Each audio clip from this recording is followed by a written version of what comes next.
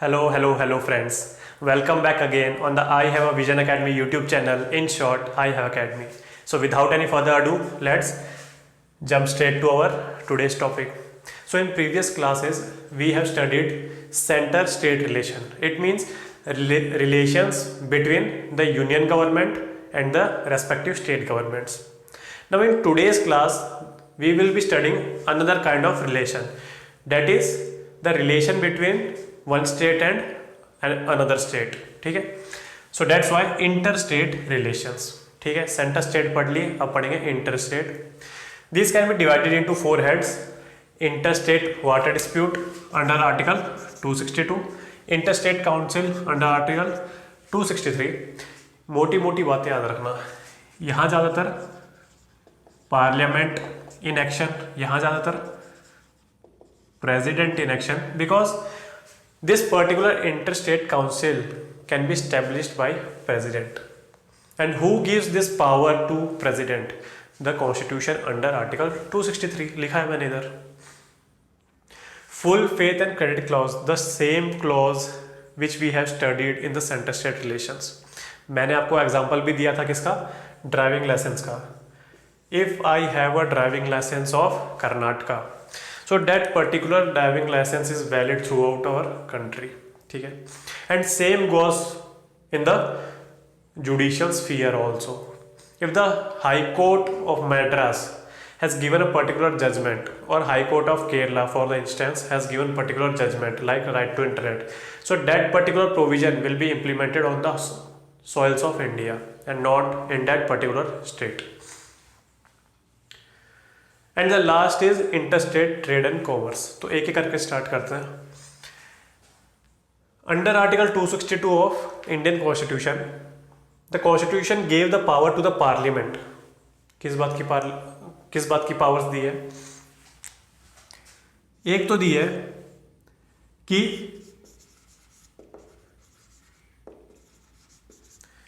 The parliament can adjudicate किसके बीच में? बिटवीन टू और more states.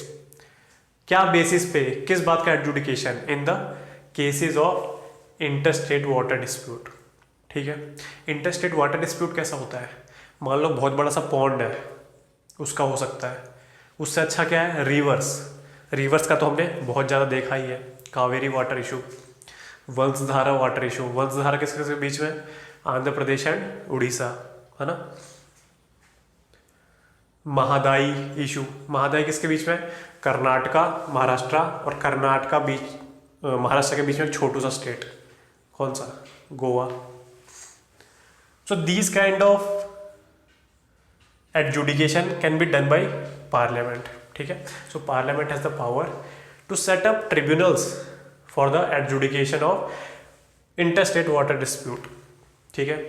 And the same Parliament can make laws upon the interstate water dispute. Second is, this particular 262 empowers the Parliament. Right, dear Parliament, you can restrict the interference of courts in regard to decisions of your tribunal. Tribunal कौन बनाया है? इसी के under 262 के अंदर Parliament has the authority to make tribunals for the adjudication of water dispute. Understood. तो इसमें बारिंग courts. क्यों? क्योंकि tribunals decision will be final. देखिए, ट्रिब्यूनल में ऐसे ट्रिब्यूनल का गठन होता है which has expertise of the physical, geographical and these kind of specialities. So the person who has the knowledge of these particular kind of specialties, कितना cubic ton water जाएगा, किसके पास जाएगा, एक आदमी को कितनी ज़रूरत पड़ती है एक दिन में. तो ये सब जजेस का काम नहीं है जानना. जजेस are for more holistic purpose. ठीक है. वो सब केसेस देख पाते हैं. But the tribunals has been included with specialist. तो इसीलिए पार्लियामेंट के पास पावर दी गई है कॉन्स्टिट्यूशन ने कि you can bar supreme court और high court in case of the final decision regarding the interstate water disputes. But Supreme Court of India is all over powerful. So via two acts, not two acts, two provisions. 136. What is 136? Special leave petition. क्या होती है? We will be discussing in Supreme Court lecture. ठीक है. So via this and via Article 32 हमने पढ़ा है. What is Article 32? कि हमारी कोई भी फंडामेंटल राइट वायलेट हो रही है, उस हिसाब से by making the base that our fundamental right has been violated by this particular provision, भाई ट्रिब्यूनल ने ये फाइनल डिसीजन दे दिया गोवा को बिल्कुल वाटर मत दो, सारा वाटर कर्नाटक और महाराष्ट्र जैसे बड़े स्टेट्स को दो. सो यहाँ इक्विटी कैसे होगी, इक्वालिटी कैसे आएगी? अगर मैं गोवा का वासी हूँ, if I am a resident of Goa, तो मेरे तो लाले पड़ जाएंगे, है ना, पानी के. So via article 32 I will approach supreme court, और via article 226 I will approach high courts. और क्या कहूँगा मैं, sir my article 21 right to life and personal liberty has been threatened because Goa को पानी मिल ही नहीं रहा. सो इन दैट केस ये इसी से जुड़ जाता है. सो although parliament can make provisions regarding the barring or restriction of Supreme Court and High Courts and other courts in the matter of final decision of tribunals, but these two small provisions 136 and 32 can be made basis to approach the courts. Understood? So by using two powers Parliament has enacted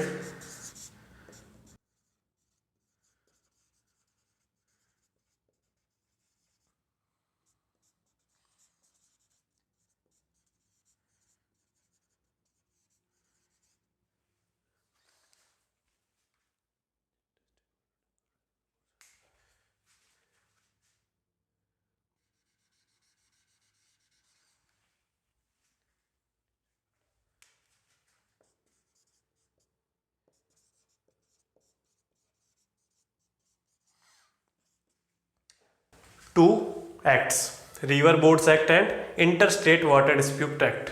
year दोनों का 1956. ठीक है. And the irony is till now there is not even a single establishment of river boards. ठीक है. This particular provision has been amended in 2002, और इसमें ये mandatory कर दिया विद इन 1 ईयर ट्रिब्यूनल बन जाएगा regarding the water dispute.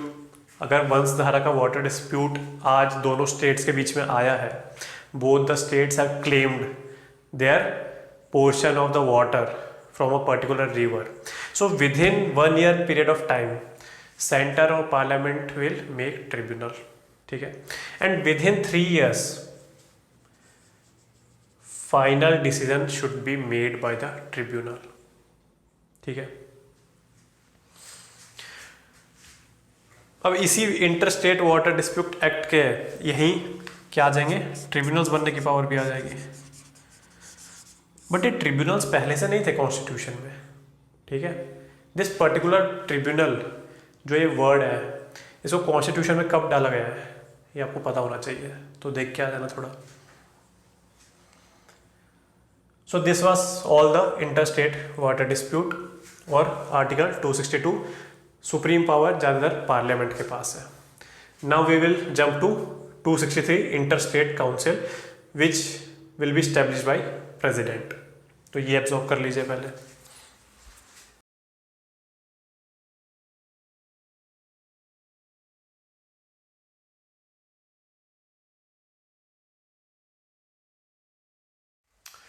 Interstate Council under Article 263, President can anytime establish a interstate council. अभी इंटरस्टेट काउंसिल बनानी क्यों है, यहीं पढ़ो. इंटरस्टेट काउंसिल बनानी क्यों पड़ती है? Different stakeholders come to a single bench when there is a conflict or clash between them. So if there are particular concerns of two or number of states. ठीक है, at the end of the day we have cooperative federalism.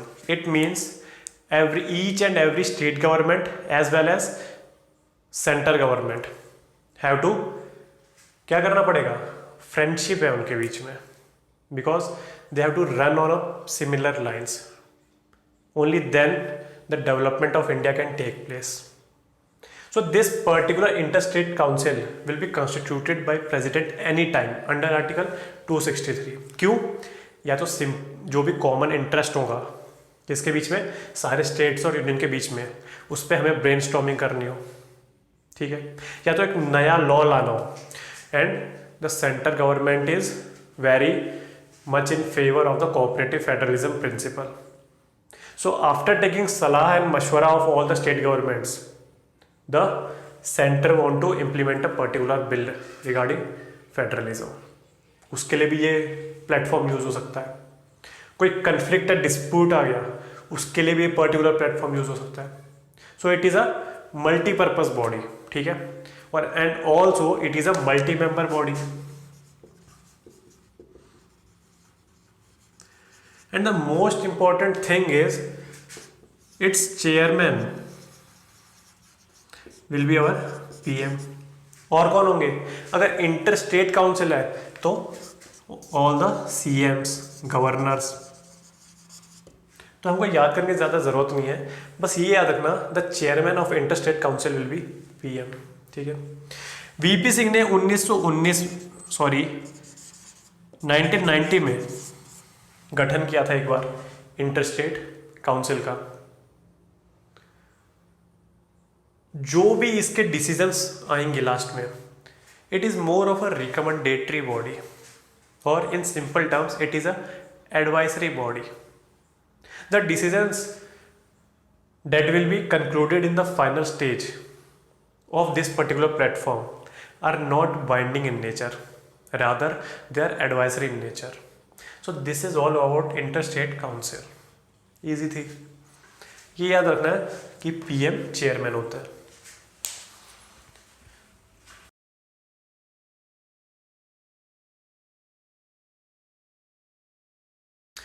Then comes full faith and credit clause. I have explained it to you briefly. Driving license. If I have driving license of Nagaland, that particular driving license will be valid, will be held as a valid document if I travel throughout our country, that is India. In judicial sphere also, this particular case is valid. The High Court of one particular state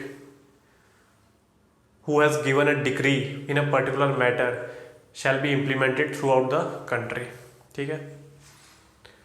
interstate trade and commerce. वैसे तो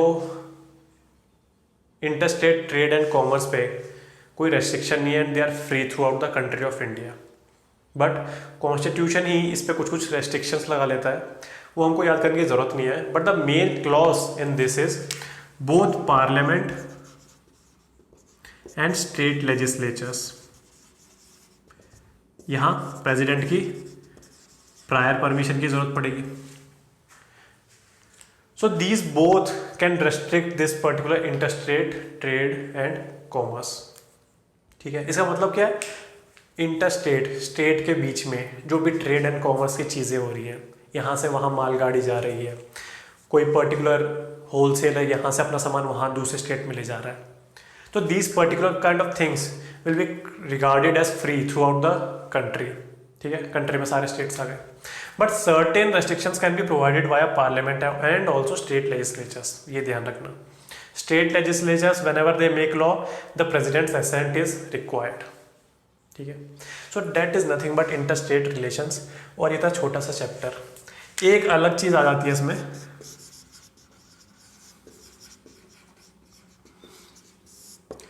zonal councils. Now what are these?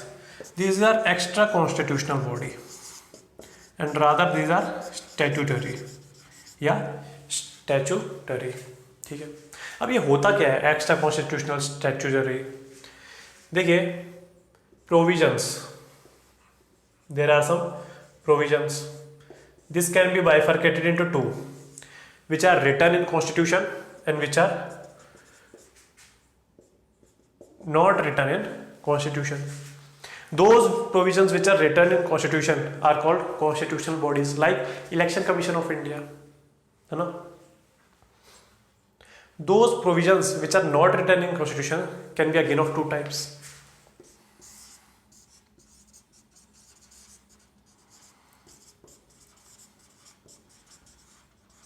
These can be executive or statutory. Executive example NITI Aayog, है ना, national institute of transforming India, something on these lines. कब बना था ये? 2014 I think. Those provisions which are not written in constitution and which hasn't been passed by parliament also, it means center is enjoying exclusive authority over these provisions, like this body particular Niti Aayog.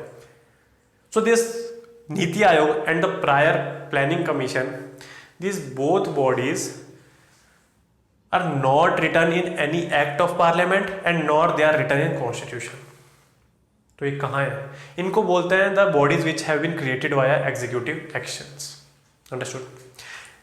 And non constitutional body which have been made act by an act of Parliament. It mean both the houses have made a law and ratified the particular law. Those bodies will be called statutory. ठीक है, जो भी act of parliament से बनी है. इसमें तो कोई भी लगा लो, जैसे CBI है, वो एक पर्टिकुलर दिल्ली पुलिस का कोई एक्ट है, उससे एम्पावर होती है. CVC है, ये है RTI है, RTI act. So zonal councils are extra constitutional and statutory. मतलब कोई लॉ पास हुआ है, क्या पास होना चाहिए? जोनल काउंसिल एक्ट कर दो तो हो जाएगा. There are 5 in number. ठीक है, ये 5 कौन से ये जानने की ज़रूरत नहीं है, बट ये जानने की ज़रूरत है. एक हमारे पास नॉर्थ ईस्ट काउंसिल है. On the same lines of this zonal councils we have a north eastern council, but this north eastern council has been made as an अलग body, different body, but it is also statutory body. But this particular body doesn't take power from the zonal council act. Rather, a certain separate act has been passed by the parliament. क्या है? North Eastern Council Act, something on these lines. तो ये यहाँ थोड़ा सा अलग है, इसको absorb करिए पहले.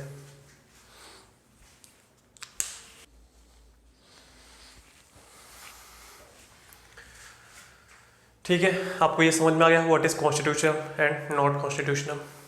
सो अब ये बताइए, ये नॉर्थ ईस्टर्न काउंसिल है, ये क्या होगी? This will be non constitutional statutory body. क्यों? Because I have told you this has been made via an act of the parliament. ठीक है, एक बात याद रखना, the head of the zonal councils will be the home minister. कैसे याद रहेगा? जोनल काउंसिल्स है, मतलब घर की बात हो रही है अपने, तो घर की बात हो रही है तो होम मिनिस्टर ही होगा ना इसका. तो आप ऐसे से आराम से याद रख सकते हैं. यहाँ पर्टिकुलर नॉर्थ ईस्ट काउंसिल में कौन कौन से मेंबर्स हैं? बहुत ही आसान है, 7 sisters plus 1 another Sikkim. So these are all the things related to our zonal council. एक लास्ट बात, जैसे this was advisory body, this is also zonal councils are also advisory in nature. So this was all about interstate relations. तो आज की class छोटी सी थी because this is a very छोटा चैप्टर. ठीक है, सो अगर आपको अच्छी लगी class, please like this video, share it with your friends and subscribe to this YouTube channel. तब तक के लिए गुड बाय, जय हिंद.